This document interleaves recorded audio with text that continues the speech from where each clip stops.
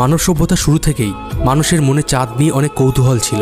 আমরা ছোটবেলায় শুনতাম চাঁদে এক বুড়ি থাকে যে চরকা দিয়ে সুতো কাটে। এমনই নানা রকমের রূপকথায় ঢাকা হলো চাঁদ। ফলে বিজ্ঞানীদের কাছেও চন্দ্র অভিযান ছিল একটা অনেক বড় স্বপ্ন। পৃথিবীর বাইরে কোনো মহাজাগতিক স্থানে যাওয়া ছিল মানুষের কাছে সবথেকে বড় চ্যালেঞ্জ। 20 জুলাই 1969 সালে, মানে আজ থেকে প্রায় 50 বছর আগে, আমেরিকা এই স্বপ্ন পূরণ করে এবং পৃথিবীর প্রথম দেশ হিসাবে ইতিহাসে জায়গা করে নেয় যারা মানুষকে চাঁদে পাঠাতে সফল হয়েছিল। এর আগে অনেকগুলো দেশ যেমন রাশিয়া, ব্রিটেন, ফ্রান্স, এমনকি আমেরিকা নিজে এই কাজে অনেকবার অসফল হয়েছিল। কিন্তু 20 জুলাই 1969 সালে আমেরিকা এমন একটি কাজ করে দেখায় যা ইতিহাসের পাতায় স্বর্ণাক্ষরে লেখা আছে। এই মিশনের টেকনিশিয়ান ল্যারি হেক একটি ইন্টারভিউতে বলেন, 50 বছর পরেও আজও সেই চন্দ্রযানের অভিজ্ঞতা তার চোখের সামনে ভেসে ওঠে।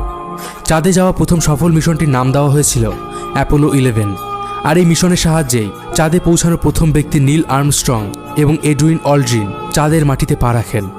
এই অভিযান ছিল অ্যাপোলো অভিযানের 5মতম এবং চাঁদে পৌঁছানোর 3য় ও সফল যাত্রা। আমেরিকার নাসা মহাকাশ গবেষণা সংস্থার এই মিশনকে মানুষের ইতিহাসে সবথেকে বড় ঘটনা হিসেবে তুলে ধরা হয়। বর্তমানকালের একটি আইফোনে প্রায় 30,000 গুণ বেশি প্রসেসিং পাওয়ার আছে সে সময় চন্দ্রযানে ব্যবহার করা কম্পিউটারগুলোর থেকে।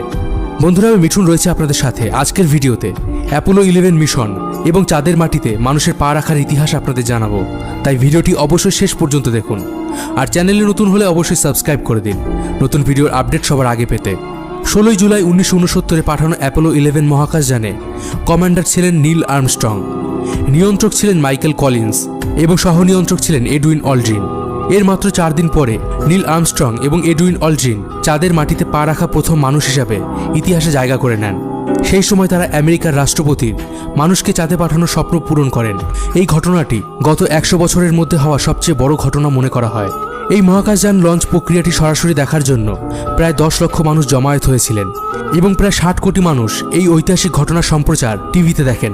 এছাড়া তৎকালীন আমেরিকান প্রেসিডেন্ট নিক্সন এই ঘটনা হোয়াইট হাউসের ওভাল অফিসে বসে টিভিতে দেখেন। অ্যাপোলো 11 মহাকাশযানটি স্যাটেলাইট রকেটের মাধ্যমে 20 জুলাই 1969 সালে সকাল 9:32 স্পেস স্টেশন থেকে পাঠানো হয়। এরপর মাত্র 12 মিনিটে তারা পৃথিবীর কক্ষে পৌঁছে যায়। এরপর তারা পৃথিবীর অভিকর্ষ শক্তিকে কাজে লাগায় এবং সেটি পৃথিবীকে একবার প্রদক্ষিণ করার পর সেটি পৃথিবীর কক্ষ ছেড়ে এগিয়ে যায় চাঁদের দিকে। শেষ ভাগটি মহাকাশযান থেকে আলাদা হয়ে যায়। 19 জুলাই অ্যাপোলো মহাকাশযানটি চাঁদের কক্ষে পৌঁছে যায়। এরপর কমান্ডার নীল আর্মস্ট্রং চাঁদে অবতরণ করা জায়গাটি পরীক্ষা করেন সেটি তখন ল্যান্ডিং করার জন্য সঠিক হবে কিনা। যেহেতু চাঁদের ভূমি খুবই উঁচু নিচু, তাই একটি সমতল জায়গার খুব দরকার ছিল। নিচে নামার জন্য চাঁদের সি অফ ট্রাইকুলিংকে বেছে নেওয়া হয় কারণ এই জায়গাটি সমতল ছিল আর এই জায়গাটি